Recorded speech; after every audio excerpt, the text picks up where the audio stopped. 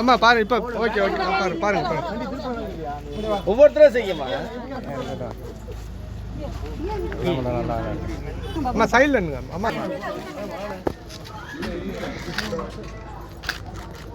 மைண்ட்ல அரே போப்பா பின்னாடி நடந்து வர எடுத்துமா மிஸ் வா முன்னாடி பின்னாடி வாங்க தள்ளி போய்ங்க பின்னாடி வாங்க பின்னாடி வாங்க எல்லாம் பின்னாடி வாங்க சார் வாங்க சார் அண்ணா அப்படியே வரணும்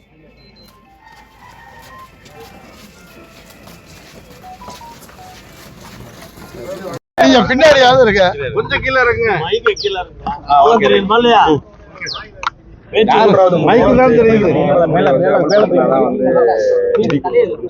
எல்லாரும் பேசாதீங்க ஒரு நிமிஷம் நீங்க பேசின காதல விழுல மும்மொழி கொள்கையை வந்து அமல்படுத்தினாதான் வந்து எஜுகேஷன் நிதி உள்ளிட்ட வந்து கொடுக்கப்படும் சொல்லி தொடர்ச்சியா சொல்லிட்டு இருக்காங்க. எப்படி பாக்குறீங்க? ஏற்கனவே இது குறித்து மிக நீண்ட கடிதங்கள் 2 கடிதங்கள் முதல்வரே எழுதியிருந்தாங்க. நீங்களாம் பார்த்துருப்பீங்கன்னு நினைக்கிறேன். இருந்தாலும் மீண்டும் ஒரு முறை சொல்றேன். மும்மொழி கொள்கைன்னு சொல்றாங்க. 3வது மொழியா வேற்று மொழியை கொண்டு வரோன்னு சொல்றாங்களே ஒழிய அந்த வேற்று மொழிங்கிறது நிச்சயமா அது வந்து இந்தியா தான் இருக்க முடியும். ஒரு உதாரணத்துக்கு சொல்றேன். இப்போ புதுக்கோட்டையில் இருக்கக்கூடிய பள்ளிகளில் 3ஆம் மொழி நான் வந்து பெங்காலி படிக்கிறேன்னு ஒரு மாணவர் சொன்னால் புதுக்கோட்டையில் வங்காள மொழி சொல்லிக் கொடுக்குற ஆசிரியர் இருக்காங்களான்னா கண்டிப்பாக இல்லை. நீங்கள் புதுக்கோட்டை மாவட்டத்தில் வங்காள மொழி தெரிஞ்சாலும் ஒரு ஆள் கூட கிடையாது. அப்படிங்கிற ஆட்டோமேட்டிக்காக பொதுவாக என்ன ஆகுன்னு கேட்டிங்கன்னா அது ஹிந்தியில் தான் வந்து நிற்கும். அது 3வது மொழி வேற்று மொழின்னு சொன்னாலும் கூட இறுதியில் அது வந்து ஹிந்திக்கு தான் வந்து நிற்கும். இந்த சூதை தெரிஞ்சதுனால தான் நாங்கள் வந்து இதை எதுக்குறோம். முதல்ல ஹிந்தின்னு நேராக வந்தாங்க, என்ன விரட்டி விட்டோம். ஹிந்தின்னு சொன்னால் அவன் விரட்டுறான்னு தெரிஞ்சோன்னா இப்போ 3வது மொழின்னு பேக்டோர் வழியாக வர்றாங்க. இவர்கள் சூழ்ச்சி தெரியாத ஆட்கள் நம்ம இல்லை. ஏன்னா நம்ம போட்டிருக்கிறது பெரியார் கண்ணாடி. 3வது மத்திய அரசு வந்து மும்மொழி கொள்கையை நாங்கள் இது பண்ணல. நாங்கள் ஏதாவது ஒரு மொழியை படிக்கிறது நாங்கள் வந்து பண்ணுறோம். ஹிந்தியை நாங்கள் திணிக்கிறோங்கிறது அவங்க தொடர்ந்து வலியுறுத்திட்டு இருக்காங்க. அது ஏதாவது ஒரு மொழிங்கிறது இங்கிலீஷ் வச்சுட்டு போக வேண்டியது. அதுல என்ன பிரச்சனை? ஏதாவது ஒரு மொழிங்கிறாங்கல்ல, அந்த இடத்துல இங்கிலீஷ் இருந்துட்டு போக வேண்டியது தானே. தெரியல ஏற்கனவே தமிழ் இங்கிலீஷ் இருக்கு இல்லையா? ஆமா காமன் லாங்குவேஜா இருக்கு. ஆமா அப்படிங்கும்போது 3வது மொழிங்கிறது ஏதோ ஒரு மொழி தேவையில்லை. இங்கிலீஷ் தான் காமன் லாங்குவேஜ் ஆச்சுல, அது எதுக்கு அந்த 3வது மொழி? அதுதான் நாங்க கேட்கிறோம். இங்கிலீஷ் காமன் லாங்குவேஜ் ஆகி போச்சு, அப்புறம் எதுக்கு அந்த 3வது மொழி? அதுதான் நம்ம மீண்டும் மாணவருக்கான வாய்ப்பை வந்து திமுக அரசு வந்து படிக்க சொல்லி ஆளுநர் உள்ளிட்டவங்க குற்றச்சாட்டு. அதாவது இப்ப இங்க இருக்கிற பல பேருக்கு ஆங்கிலம் தெரியும். இங்க இருக்கிற நிருபர்களே பல பேர் ஆங்கிலம் பேசுறவங்க எனக்கே தெரியும். எனக்கு ஆங்கிலம் தெரியும். நம்ம 2 பேரும் அமெரிக்காவில் போய் ஒரு வெள்ளைக்காரனோட ஆங்கிலத்தில் நம்மளால போட்டி போடவே முடியாது. அதாவது ஒருத்தன் தாய்மொழியை கற்றுக்கிட்டு இன்னொருத்தன் அதில் போட்டி போடவே முடியாது. நாளைக்கு நம்ம இந்தியா கற்றுக்கிட்டோம்னா நாளைக்கு எல்லா போட்டித் தேர்வுகளும் இந்தியில் நடக்கும். சரியா? அப்போ அத்தனையிலே அவங்க தான் வெற்றி பெறுவாங்க. நம்மளால வெற்றி பெறவே முடியாது. சரிங்களா? அதனால தான் நம்ம என்ன சொல்கிறோம், ஆங்கிலங்கிறது ஒரு வேற்றுமொழி.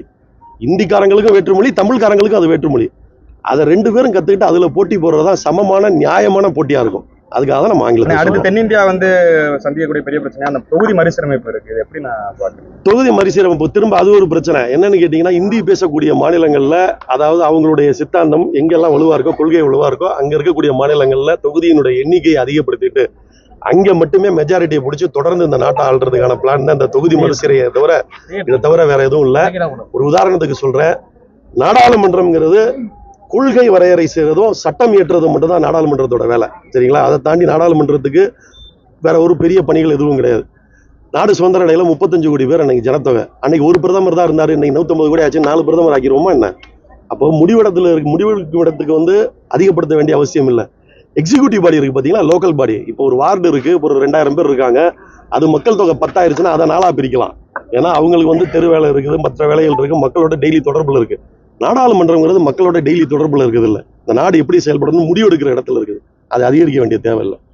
அரசியல்வாதிகள் வந்து தொடர்ந்து எல்லாருமே வந்து சிபிஎஸ்இ ஸ்கூல் வச்சு நடத்திட்டு இருக்காங்க. அவங்க முன்மொழிக்கு எதிர்க்காங்க. பாஜக நான் பகிரங்கமா சொல்றேன். தமிழ்நாட்டில் இருக்கக்கூடிய சிபிஎஸ்இ எடுங்க, நடத்துறவங்க யாருன்னு பாத்தீங்கன்னா முக்காசி பேர் பாஜகக்காரங்க தான். ஆனா மற்றவங்களை கையை காட்டிட்டு இருக்காங்க. நான் புதுக்கோட்டையில இப்ப ஏவிசிசில இருந்து ஆரம்பிச்சு இங்கிலீஷ் மீடியம் வச்சிருக்க பல பேர் பாஜகக்காரங்க. இந்த ஊர்ல ஸ்கூல் நடத்துறவங்களை யாரு? நம்ம முதல்ல சிபிஎஸ்இ ஸ்கூல் வந்து சுதர்சனம். அவரு பிஜேபி காரர், உங்களுக்கே தெரியும். பிஜேபியில பொறுப்புல இருக்கவர். அப்புறம் என்ன இன்னும் சொல்றேன், தமிழ்நாட்டில் இருக்கக்கூடிய சிபிஎஸ்இ பள்ளிகள் முக்காவாசி பாஜகவினரால் நடத்தப்படுவது. ஒரு திருட வரான்னு கத்துற மாதிரி அவங்க கத்திட்டு இருக்காங்க, மத்தவனை கையை காட்டிட்டு. நான் தான் சொல்றேன், புதுக்கோட்டையில இருக்க சிபிஎஸ்இ பள்ளிகள் அதிகமாக கட்சியில் இருக்கவங்க யாரு? நன்றி. சீமான் விவகாரத்துல நம்ம வந்து தொடர்ந்து திமுக தான் குற்றச்சாட்டாரு. திமுக பேக்கப்ல இருந்து அந்த லேடிஸ் வந்து நடிகை கூடி விடுறாங்க. யாரும் அரசியல் கட்சி தலைவர்களை பத்தி பேசுவோம்.